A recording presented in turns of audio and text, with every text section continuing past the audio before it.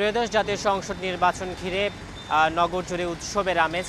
সেই উপলক্ষে চট্টগ্রামের অলংকার মোড় আছি আমরা এবং দেখানোর চেষ্টা করছি যে নগরে কিন্তু যারা ভোটাররা আছেন এবং যারা যারা চট্টগ্রাম ছেড়ে তারা কিন্তু যাচ্ছেন এবং আপনাদেরকে দেখাতে চাই যে এই মুহূর্তে যারা ভোটাররা তারা কিন্তু এই যে দূরপাল্লা যারা বাস আছে সেই বাসে করে তারা কিন্তু তাদের যে গন্তব্য সেখানে তারা যাবেন। এবং যে বিষয়টি আমরা বলতে চাই যে গত 4 দিনের যে সাধারণ যে ছুটি সেই ছুটি কিন্তু ঘোষণা করা হয়েছে, তা সেই উপলক্ষে গতকাল রাত থেকেই কিন্তু যারা শ্রমিকরা আছেন পোশাক কারখানা থেকে শুরু করে তারা কিন্তু ইতিমধ্যে তারা কিন্তু যাত্রা করেছেন এবং যারা যেতে পারেননি তারা কিন্তু আজ আসলে তারা এই যে বাস কাউন্টারগুলোতে তারা ভিড় করেছেন। এবং আমরা যারা সাধারণ মানুষ তাদের কাছ থেকে জানার যাত্রীরা আছে তাদের থেকে জানার চেষ্টা করেছিলাম, তারা বলছিলেন যে আগের তুলনায় কিছুটা স্বাভাবিক আছে এবং এছাড়া কিছু কিছু যারা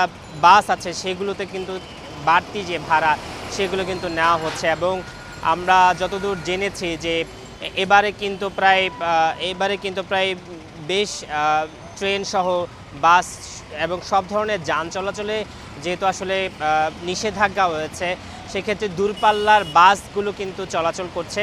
শুধুমাত্র শহর থেকে যারা দূরপাল্লায় বিভিন্ন জেলা এবং শহরে যাচ্ছেন সেইখানেই কিন্তু যারা যাত্রীরা আছে তারা কিন্তু যেতে পারছেন। এবং আমরা এখানে যে বাস কাউন্টারগুলোতে দেখেছি অনেককেই দেখেছি তারা বলার চেষ্টা করছিলেন যে কিছু কিছু বাসে কিন্তু বাড়তি ভাড়া নেওয়ার চেষ্টা করছে, যার জন্য তারা এক কাউন্টার থেকে অন্য কাউন্টারে তারা ঘুরছিলেন যাতে করে সহজেই তারা তাদের গন্তব্যে যেতে পারেন। এবং আমরা দেখেছি যে যারা সাধারণ মানুষ আছে সে সাধারণ মানুষ বলার চেষ্টা করছিলেন যে তারা উৎসবমুখর পরিবেশে তারা কিন্তু তাদের যে ভোট সেই ভোট তারা দিতে যাচ্ছেন এবং তারা তাদের যে পছন্দের প্রার্থীকে তারা ভোট দিবেন। এবং যার ফলশ্রুতিতে যারা চট্টগ্রাম থেকে তাদের যে বাড়িতে যাওয়ার জন্য তারা কিন্তু রওনা দিয়েছেন এবং যারা ইতিমধ্যে যেতে পারেনি তারা কিন্তু আজ আসলে বিভিন্নভাবে তারা শহর ছাড়ছেন পরিবার পরিজন তাদেরকে নিয়ে বা তারা কিন্তু চট্টগ্রাম ছাড়ছেন। এবং আমরা দেখেছি যে সাধারণ মানুষের সাথে আমরা কথা বলেছি, তারা বলছিলেন যে তাদের অনেকে আসলে অনেক বছর ভোট দিতে পারেনি, সে বলছিলেন তারা ভোট দিতে যাচ্ছেন। এবং আপনি কোথায় যাচ্ছেন এবং এবার কি ভোট দেওয়ার জন্য বাড়িতে যাচ্ছেন কিনা? না, আমার বাড়ি বাটিয়ারি, আমি ভোট এখানে দিব, বাটিয়ারি দেবো ইনশাল্লাহ। কি মনে হচ্ছে, মানুষ তো শহর ছাড়ছে ভোট দেওয়ার জন্য বিভিন্ন জায়গায় যাচ্ছে, কি মনে হচ্ছে তারা এবারকার ভোট তারা সুষ্ঠুভাবে দিতে পারছে কিনা? আমার তো মনে হয় এবার অন্যান্য ভারতে অনেক সুস্থ হবে ভোট, আর প্রশাসন যদি ঠিক থাকে তাহলে ভোট সুস্থ হবে, আর প্রশাসন যদি অন্য পক্ষে যায় তাহলে তো ভিন্ন কথা। শুনছিলাম সাধারণ মানুষ থেকে একটু কথা বলে, আপনি কি বাড়ি যাচ্ছেন কিনা এবং ভোট দেওয়ার জন্য প্রস্তুতি নিচ্ছেন কিনা? আগামীকাল তো ভোট। আমি বাড়ি যাওয়ার জন্য প্রস্তুতি নিচ্ছি ভোট দেওয়ার জন্য। ভোট যদি সুস্থ হয় ইনশাল্লাহ সবাই আমরা সুষ্ঠুতায় দাবি করি, আমরা সুষ্ঠু ভোটের দৃষ্টি আকর্ষণ করি প্রশাসনের প্রতি।